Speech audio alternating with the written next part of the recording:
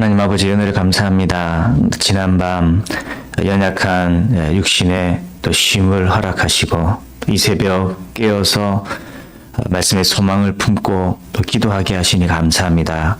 하루하루를 살아갈 힘이 저에게 있지 않음을 늘 잊지 않게 기억하게 하시고 주의 말씀을 의지하여 성령의 충만케 하심으로 세상을 이기며 주의 뜻을 이루어가는 믿음의 인생이 되도록 주님께서 함께 하시고 우리의 연약함과 부족함과 여전히 어리석은 육체를 가지고 있는 저희이지만 주께서 그 말씀과 그 영으로 주장하시어서 변화되게 하시고 새 힘을 얻게 하시고 또 우리의 가정과 기업과 우리의 자녀들의 삶이 주님의 선한 손에 도우심 가운데 견고히 설 수 있도록 주님께서 은혜 부어 주시옵소서.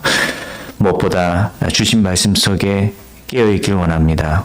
우리의 눈과 귀를 열어 주시어서 주의 뜻을 깨닫고 이 새벽 믿음의 삶을 결단할 수 있도록 주께서 함께하여 주옵소서. 예수님 이름으로 기도합니다. 아멘. 오늘 같이 보실 말씀은 누가복음 4장 31절에서 44절까지 말씀입니다. 4장 31절부터 같이 보시겠습니다. 갈릴리의 가버나움 동네에 내려오사 안식일에 가르치심에 그들이 그 가르치심에 놀라니 이는 그 말씀이 권위가 있음이로라. 회당에 더러운 귀신 들린 사람이 있어 그게 소리 질러 이르되 아 나사렛 예수여 우리가 당신과 무슨 상관이 있나이까? 우리를 멸하러 왔나이까? 나는 당신이 누구인 줄 아노니 하나님의 거룩한 자니이다. 예수께서 꾸짖어 이르시되 잠잠하고 그 사람에게서 나오라 하시니 귀신이 그 사람을 무리 중에 넘어뜨리고 나오되 그 사람은 상하지 아니한지라. 다 놀라 서로 말하여 이르되 이 어떠한 말씀인고 권위와 능력으로 더러운 귀신을 명함에 나가는도다 하더라. 이에 예수의 소문이 그 근처 사방에 퍼지니라. 예수께서 일어나 회당에서 나가사 시몬의 집에 들어가시니 시몬의 장모가 중한 열병을 앓고 있는지라. 사람들이 그를 위하여 예수께 구하니 예수께서 가까이 서서 열병을 꾸짖으신대 병이 떠나고 여자가 곧 일어나 그들에게 수종드니라. 해질 무렵에 사람들이 온갖 병자들을 데리고 나오매 예수께서 일일이 그 위에 손을 얹으사 고치시니 여러 사람에게서 귀신들이 나가며 소리질러 이르되 당신은 하나님의 아들이니이다. 예수께서 꾸짖으사 그들이 말함을 허락하지 아니하시니 이는 자기를 그리스도인 줄 알미러라. 날이 밝음에 예수께서 나오사 한적한 곳에 가시니 무리가 찾다가 만나서 자기들에게서 떠나시지 못하게 만류하려 하며 예수께서 이르시되 내가 다른 동네들에서도 하나님의 나라 복음을 전하여야 하리니 나는 이 일을 위해 보내심을 받았노라 하시고 갈릴리 여러 회당에서 전도하시더라. 아멘. 어제 본문 말씀이었죠. 4장 16절부터 말씀에 예수님께서 자신에게 주어진 이런 사역의 모습들을 선포합니다. 성령님에게 임하면 가난한 자에게 복음을 전하게 하시려고 내게 기름을 부으시고 나를 보내사 포로된 자에게 자유를 눈먼 자에게 다시 보게 함을 전파하며 눌린 자를 자유롭게 하고 주의 은혜의 해를 전파하게 하려 하심이라. 네, 말씀을 선언을 하셨죠. 예수님의 이 선언하신 예수님의 사역의 모습을 오늘 본문 속에서는 그 모습들을 이제 묘사해 가면서 이제 이 말씀을 전개해 나갑니다. 하나하나의 사건들이 별개의 사건처럼 보이지만 그런 구조를 가지고서 아주 정교하게 연결된 그런 본문들입니다. 예수님께서 가버나움으로 들어가는 것으로 시작하여서 또 유대 땅에 있는 도시들과 회당으로 떠나시는 그런 내용으로 끝을 냈는데, 특히 예수님께서 말씀의 권능을 가지고서 귀신을 쫓아내시는 그런 사역들을 감당하시죠. 그걸 통해서 포로된 자에게 자유함을 주신다라는 말씀을 성취해 가시는 거죠. 세상의 권세, 어떤 세상의 삶의 여러 직분 속에서 억눌리고 속박된 이들도 있지만, 가장 중요한 거는요, 영적으로 귀신에게, 악한 영들에게, 죄에게 얽매여서 속박당하여서 자유하지 못한 그런 하나님의 백성들이 있는데, 예수님께서 그들에게 말씀으로 또 권능으로 성령으로 역사하시어서 자유하게 하셨다라는 겁니다. 오늘 우리에게도 말씀이 전해질 때, 성령이 우리 가운데 부어질 때에 우리 가운데 주어지는 은혜이기도 하죠.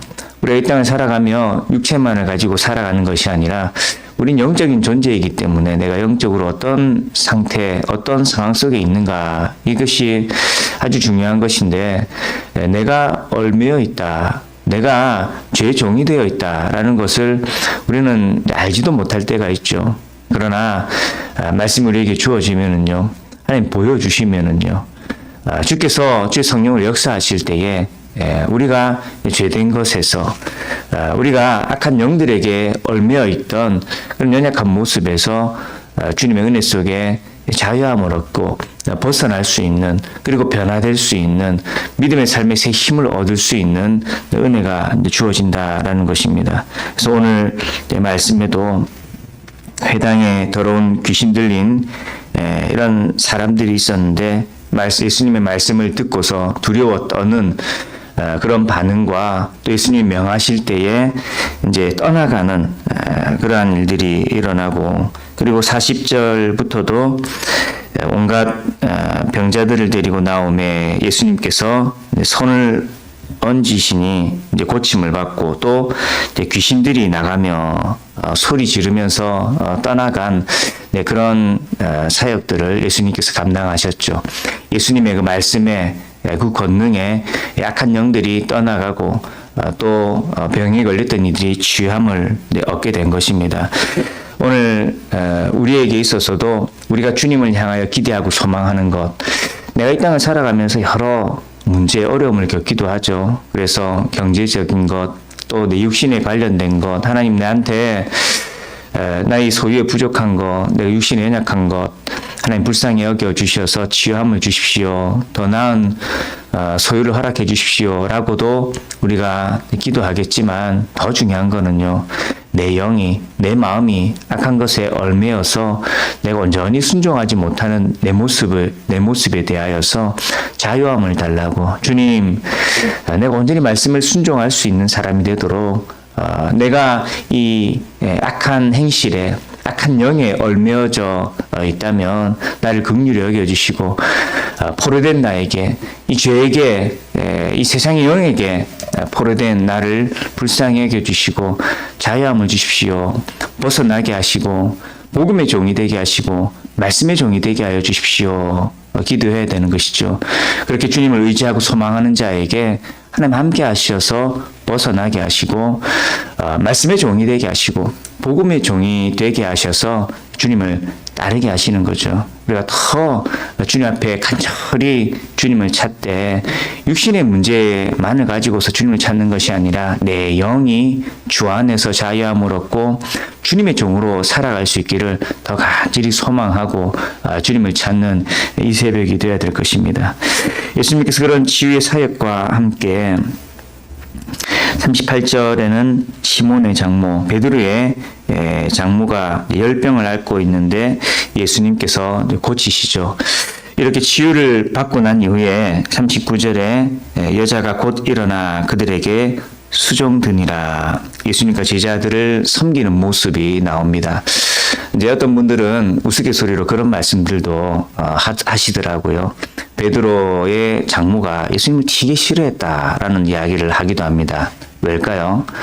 베드로가 뭐 사회적으로 높은 지위에 있던 그런 인물은 아니었지만 그래도 나름 자기 영역에 있어서 물고기 잡으면서 그래도 이 세속적으로는 물질적으로는 성공해서 잘 아쉬운 것 없이 잘 살고 있는데 어느 날 예수님 만나가지고 이 고기도 버리고 배도 버리고 예수님 따르는 사람이 되었으니 자기 딸이 얼마나 이 안타깝고 처량한 그런 처지에 놓였다라고 생각을 했겠습니까? 그래서 자기 사위를 뺏어간 그 예수님을 못마땅하게 생각했다. 뭐 그렇게 우스갯소리를 이야기하시는 분들이 있더라고요. 그런데 자기가 이 중병에 걸렸을 때에 열병에 걸렸을 때에 예수님으로부터 치유를 받은 거죠. 그리고서 그의 자세 반응이 달라진 겁니다. 본문도 그건 이야기하고 있죠. 그가 치유를 받고 난 이후에 이제 예수님 그들에게 수종드니라. 예수님과 함께한 이들을 잘 섬기고 돕는 자가 되었다라는 것이죠. 은혜를 받고 난 이후에는 달라진 겁니다. 그리고 예수님을 섬기는 자가 되었다라는 것이죠. 오늘 우리도 은혜 받은 사람이 어떻게 살아야 되는가 늘 그걸 잊지 않아야 되는 거죠. 우리 은혜 받았다라는 것만 기억하고 내가 받은 은혜에 대해서는 고백하는데 중요한 거는요. 은혜 받은 사람에게는 변화가 주어져야 됩니다. 은혜 주신 분을 섬기는 사람으로 바뀌어야 되는 것이죠. 받은 은혜만 가지고 여전히 자기 마음대로 자기가 주인이 되어서 살아가는 것이 아니라 은혜 받은 사람은 이제 그가 섬기는 대상, 주인이 바뀌어야 되는 것이죠. 누구를 섬겨야 될까요? 은혜 주신 분이 주인이 되어서 은혜 주신 분을 섬기며 살아가야 된다라는 것입니다. 그러나 우리가 주위를 둘러보면은요, 혹은 나 자신이 될 수도 있죠. 은혜는 받았지만 주인이 바뀌지 않은 사람이 많은 겁니다. 은혜를 받아서 영원한 생명을 얻었는데 은혜 주신 분이 주인 되지 않고 은혜 주신 분을 섬기며 살아가는 것이 아니라 여전히 자신을 섬기고 세상을 섬기고 자신을 위하여 살아가는 인생들이 있다라는 것이죠. 오늘 저와 여러분이 은혜 받았다라는 사실을 부인하시는 분은 없을 겁니다. 그러나 내가 온전히 은혜 주신 분을 주인으로 섬기면서 말만 입술로만이 아니라 내 삶으로 순종함으로 사명을 감당하면서 우리가 주님을 섬겼는지 다시 기억하면서 다시 돌이키면서 우리가 주님의 은혜를 간절히 소망하되 우리가 주님께서 나와 함께 하심을 기대하되 우리가 그 은혜 주신 분이 우리의 주인 되어서 우리가 온전히 주님의 뜻에 순종하여서 그가 맡기신 사명에 충성하고 헌신하면서 온전히 주님을 따르는 그런 믿음의 제자, 은혜 받은 자의 합당한 믿음의 삶을 살아가는 저와 여러분이 되어야 될 것입니다. 하지만 이 가버나움 동네의 많은 사람들은 예수님께서 누구신지 그리고 그 예수님을 향하여서 자신들이 어떻게 영적으로 반응해야 될지 온전히 깨닫지는 못한 것 같습니다. 예수님의 여러 권능의 사역들을 보고서 42절 말씀에 날이 밝음에 예수께서 나오사 한적한 곳에 가시니 무리가 찾다가 만나서 자기들에게서 떠나시지 못하게 만류하려 하매 뭔가 예수님의 큰 권능을 경험하긴 한 거죠. 놀랍고 그리고 그것이 굉장히 큰 이적과 기적을 일으키는 일이다라는 것을 깨닫기는 했습니다. 그런데 그들이 경험한 놀라운 일들 또 이 권능의 말씀들을 듣고서 그들은요 자신들을 변화시켜야 되고 자신들이 변해야 된다라는 사실을 깨닫기보다는 눈앞에 보이는 놀라운 현상, 그런 놀라운 일들, 예수님의 권능을 그저 자신의 것으로 소유하고 싶은 집착만을 가지고 있었다라는 거죠. 그래서 예수님이 어떤 분이시고 그가 우리에게 말씀하신 것에 대해서 우리가 어떻게 반응해야 될까?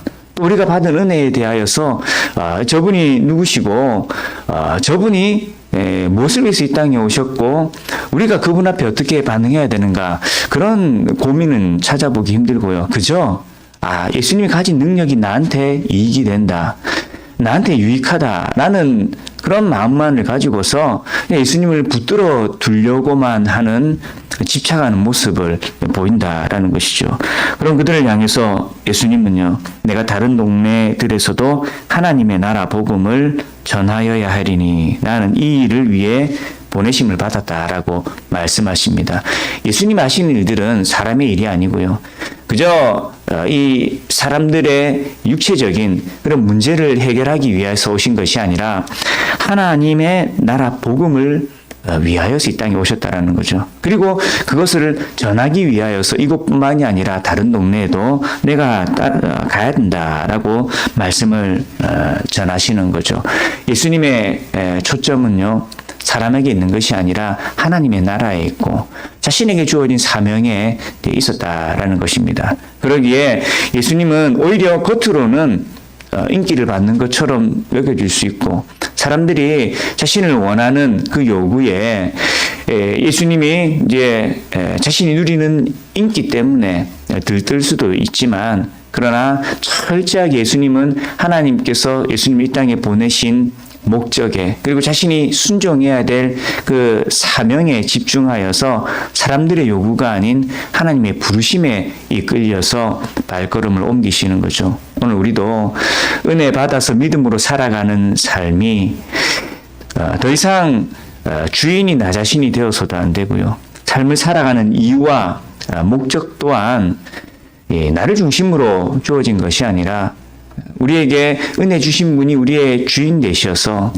베드로의 장모가 예수님을 시종 들면서 섬기듯이 이제 우리가 주님을 섬기는 자가 되어야 되고 그 뜻에 순종하는 자가 되어야 되고 더 이상 나의 관심이 이 세상에 있는 것에 얽매이는 있는 것이 아니라 하나님 나라에 있어야 되고 하나님 나라 복음을 위하여서 순종하고 충성하는 주님의 제자로서 살아가야 한다라는 것이죠. 그래서 은혜 받은 인생은 단지 주어진 은혜 때문에 내가 나음을 얻었다, 변화되었다 거기에서 그치는 것이 아니라 은혜 주신 분이 나의 주인 되셨다라는 것을 더불어 고백하고 그 주인이 원하시는 것이 이제 내가 원하고 내가 살아가는 목적과 이유가 되어서 그 뜻을 이루기 위하여서 더 순종하고 충성해 가야 되는 것이죠. 그것은 우리가 어떤 현실, 어떤 상황 속에 살아가든지 변함이 없는 거죠. 그래서 코로나가 있기 전이든 코로나가 일어난 이후든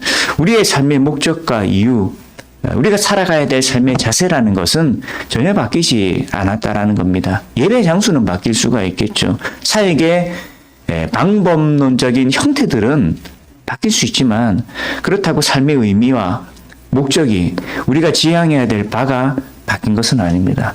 그래서 우리는 더 고민해야죠. 환경이 이렇게 바뀌었기 때문에 모이기 어려운 상황 속에 있기 때문에 내가 어떻게 복음 위해서 살아갈까? 내가 어떻게 예수님을 주인으로 섬기면서 내가 순종할 수 있을까? 충성할 수 있을까? 그 방법들이 이전과 다르다면 오늘 나에게 주어진 순종의 모습은 뭘까? 우리가 고민하면서 더 애써서 예배하기를 또 전도하기를 함께 모여서 말씀을 나눌 수 있기를 고민하고 그 일에 마음을 모아야 되는 것이죠. 그래서 우리는 예배하는 일에 있어서도 비록 각자의 처소에서 예배한다 하더라도 예배 주인이 예수님이시기 때문에 철저하게 간절히 주를 바라며 예배해야 될 것이고 겸손히 주님을 예배하고 주님께서 예배 자리 가운데 함께 하실 것을 바라면서 더 힘써야 될 것이고 셀 모임도 또 여러 기도회도 그리고 전도하는 일에 있어서도 형태는 바뀌어도 주님을 위해서 하나님 나라를 위하여서 하나님 나라 복음을 위하여서 우리가 마음을 모으고 힘을 모으고 뜻을 모으고 더 순종하고 충성하면서 주의 뜻을 이루어갈 수 있는 저와 여러분 될 수 있기를 주님의 이름으로 축원합니다. 오늘 주신 말씀 기억하시면서 은혜 받은 자의 합당한 믿음의 삶을 살아가도록 승리하도록 주님 함께하여 주시옵소서. 같이 주여 부르시며 기도하시겠습니다. 주여